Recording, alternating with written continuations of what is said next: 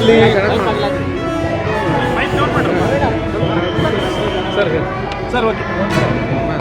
ಮೊದಲನೇದಾಗಿ ಪಂಚಮಸಾಲಿ ಸ್ವಾಮಿಗಳ ನೇತೃತ್ವದಲ್ಲಿ ನಡೆದಂಥ ಹೋರಾಟಕ್ಕೆ ಅಲ್ಲಿ ನನಗೆ ಬಂದಿರುವಂಥ ಮಾಹಿತಿ ಪ್ರಕಾರವಾಗಿ ಅತ್ಯಂತ ಶಾಂತ ರೀತಿಯಿಂದ ಹೋರಾಟ ನಡೀತಾ ಇತ್ತು. ನನಗೆ ಸ್ವಾಮಿಗಳು ಫೋನ್ ಮಾಡಿದ್ರು, ಬಸವನಗೌಡರು ಫೋನ್ ಮಾಡಿದ್ರು, ಅರವಿಂದ್ ಬೆಲ್ಲದವರು ಫೋನ್ ಮಾಡಿದ್ರು, ಸಿ ಪಾಟೀಲರು ಫೋನ್ ಮಾಡಿದರು. ಮಿನಿಮಮ್ ಬಲ ಪ್ರಯೋಗವನ್ನು ಮಾಡ್ಬೋದಾಗಿತ್ತು, ಆದರೆ ಮ್ಯಾಕ್ಸಿಮಮ್ ಬಲ ಪ್ರಯೋಗವನ್ನು ಮಾಡಿದ್ದಾರೆ.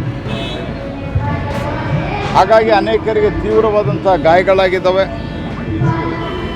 ಆ್ಯಸ್ ಇಫ್ ಒಂಥರ ವೈರಿಗಳು ನಡೆಸ್ಕೊಂಡಿದ್ದಾರೆ ಅವರು. ಇದು ಅತ್ಯಂತ ತೀವ್ರವಾಗಿ ನಾನು ಖಂಡಿಸ್ತೇನೆ. ಮತ್ತು ಇವರ್ಯಾರು ಗುಂಡಾಗಳಲ್ಲ, ಕಾನೂನು ಕೈಗೆ ತೆಗೆದುಕೊಳ್ಳೋರಲ್ಲ.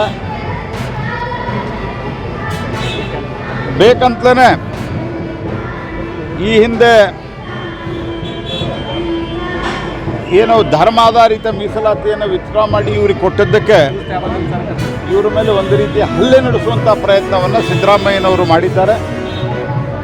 ಅದಕ್ಕೆ ನಾನು ಈ ಕ್ರಮವನ್ನು ತೀವ್ರವಾಗಿ ಖಂಡಿಸ್ತೇನೆ. ಎರಡನೇದ್ದು, ವಿಜೇಂದ್ರನ ಮೇಲೆ 150 ಕೋಟಿ ರೂಪಾಯಿದ್ದು ಆರೋಪದ ಬಗ್ಗೆ ನೀವು ಪ್ರಶ್ನೆ ಕೇಳಿದ್ರೆ ಆ್ಯಕ್ಚುಲಿ ಅದು ಉತ್ತರ ಕೊಡ್ಲಿಕ್ಕೆ ವರ್ತ ಅಲ್ಲ. ಅದು ನನ್ನ ಪ್ರಕಾರ ಬಾಯಿ ಬಂದಂಗೆ ಮಾತಾಡೋದು ಅಂತ ಇದರ ಅರ್ಥ. 150,500 ಕೋಟಿ ಅಂತ ಹೇಳಬೇಕಾಗಿತ್ತು. ಬೈ ಮಿಸ್ಟೇಕ್ ಅವ್ರು 150 ಕೋಟಿ ಅಂದಿರ್ಬೇಕು ಸಿದ್ದರಾಮಯ್ಯನವರು. 1,500 ಕೋಟಿ ಅಂತ ಹೇಳಬೇಕಾಗಿತ್ತು ಅವರು. ಅಟ್ಟರ್ ನಾನ್ಸೆನ್ಸು. ಆ ಪತ್ರ ಇಲ್ಲ, ಅನ್ವರ್ ಮನಪಾಡಿ ಅವ್ರ ಹೇಳಿಕೆ ಇಲ್ಲ,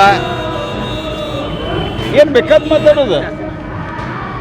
ಅಂದರೆ ಎಷ್ಟು ಬೇಜವಾಬ್ದಾರಿ ಇದ್ದಾರಂತ ಇದರಿಂದ ಅರ್ಥ ಆಗ್ತದೆ. ಮತ್ತು ಮಾತಾಡಿದರೆ ನಿಮ್ಮ ಕಾಲದಾಗೆ, ನಮ್ಮ ಕಾಲದಾಗ ಅಲ್ಲ. ನಾ ಹಿಂದೂ ಹೇಳಿದ್ದೇನೆ ಅದಕ್ಕೂ